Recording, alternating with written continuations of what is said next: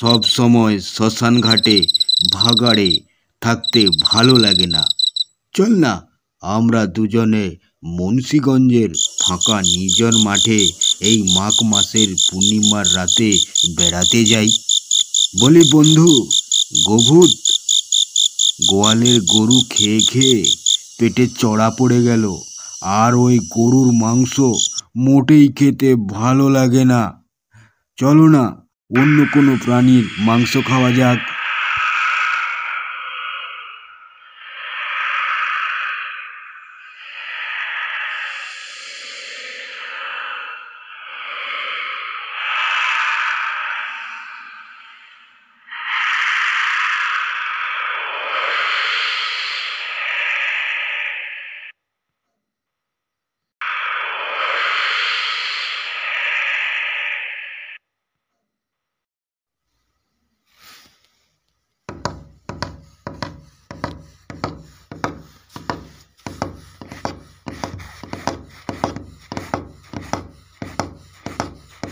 এত রাত্রিতে চারিদিক নিস্তব্ধ নির্জন।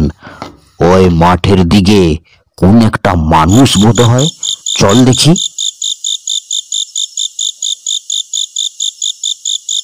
কাশী, বৃন্দাবন, তাজমহল বেড়াতে গিয়েছে মনের শখ মেটাতে।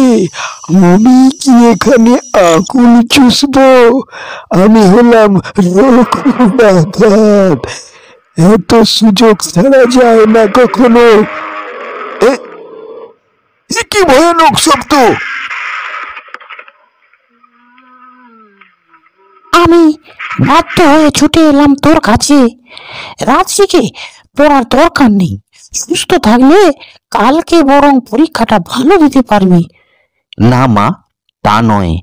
কিসের একটা ভয়ানক আর্তনাদ। আমার বড় ভয় করছে মা। জানলা দিয়ে বাহিরে শীতের পূর্ণিমার রাতের সুন্দর দৃশ্য দেখতে আর সাহস পাচ্ছি না মা।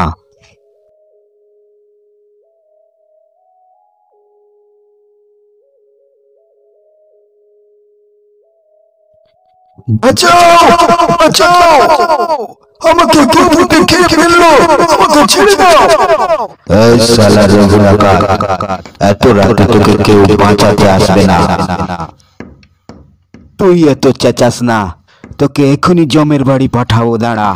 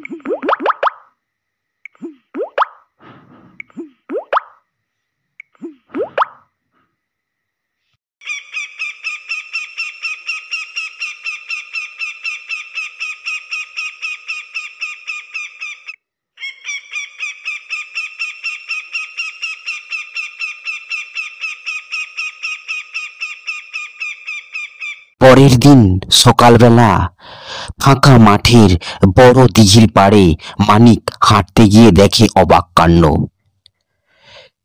দিঘির জলে এই যে কোন মৃত মানুষের শরীর ভাসছে।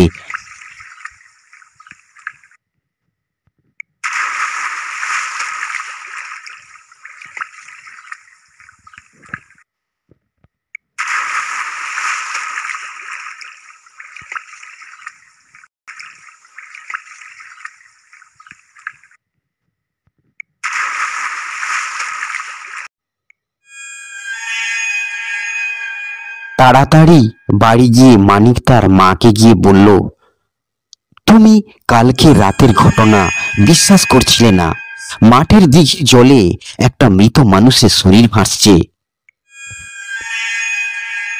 আমারও তাই মনে সন্দেহ হয়েছিল জানিস, তুই তো কখনো এরকম রাতের বেলা করিসনি।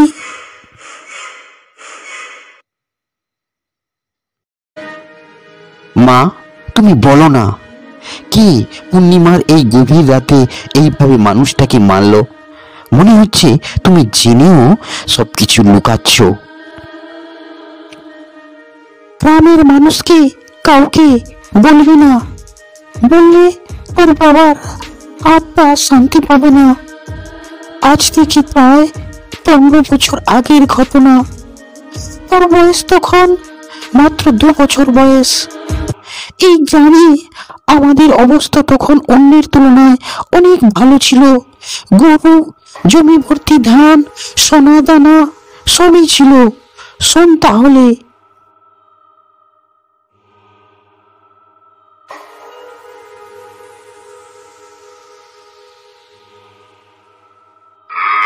আরো ভালো করে হাল কর। আগের বারে জমি ভালো করে হাল না হয় জমিতে ভালো ধান হয়নি। আমার এত জমিতে যা ধান হয়েছে, ভোলা ময়রার কম জমিতেও একই ধান হলো। হাট, হাট। আমার সাধের গরু, ভালো করে হাল কর। তোদের গিন্নি মা তোদের জন্য আজকে অনেক ভালো মন্দ করেছে। চল, তাড়াতাড়ি হাল হয়ে গেলে আমরা বাড়ি চলে যাব।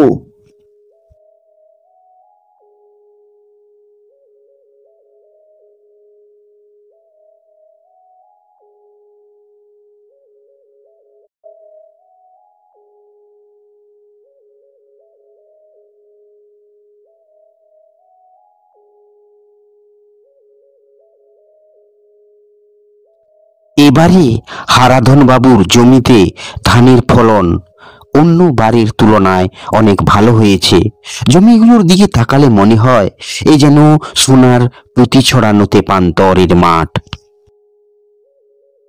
সোনা বাবারা, আমার একটু তাড়াতাড়ি করে মাঠের ধানগুলি বহে নেই। রেডিওতে শুনলাম কাল পরশু নাকি বৃষ্টি হবে। বৃষ্টি হলে অনেক ধান নষ্ট তো হতেই, ধান গাছ জলে ভিজে যাবে। ধান বহন করতে আমাদের কষ্টের সীমা থাকবে না। পৌষ সংক্রান্তিতে পিঠে পুলির জন্য ভালো চাল বানাতে হবে যে। নে, তাড়াতাড়ি করে একটু পা চালা। ধানগুলো যত তাড়াতাড়ি বহা হয়ে যাবে আমাদের তত শান্তি। সেদিন রাত্রিবেলায় হারাধন বাবুর বাড়িতে রঘু ডাকাত ও তার সঙ্গী কালু গিয়ে হামলা করলো। এত ধান চাল বিক্রি করে ভালোই সোনা দানা টাকা পয়সা করেছিস, সবকিছু দে।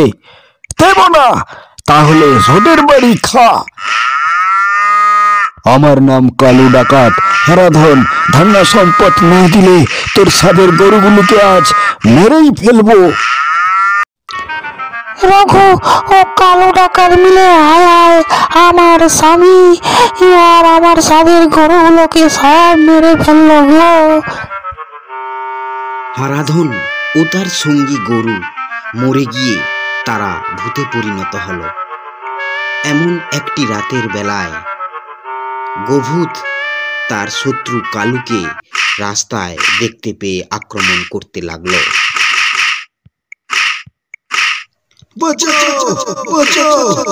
তোকে আজ ছাড়বো না, তোকে আজ মেরেই ফেলবো।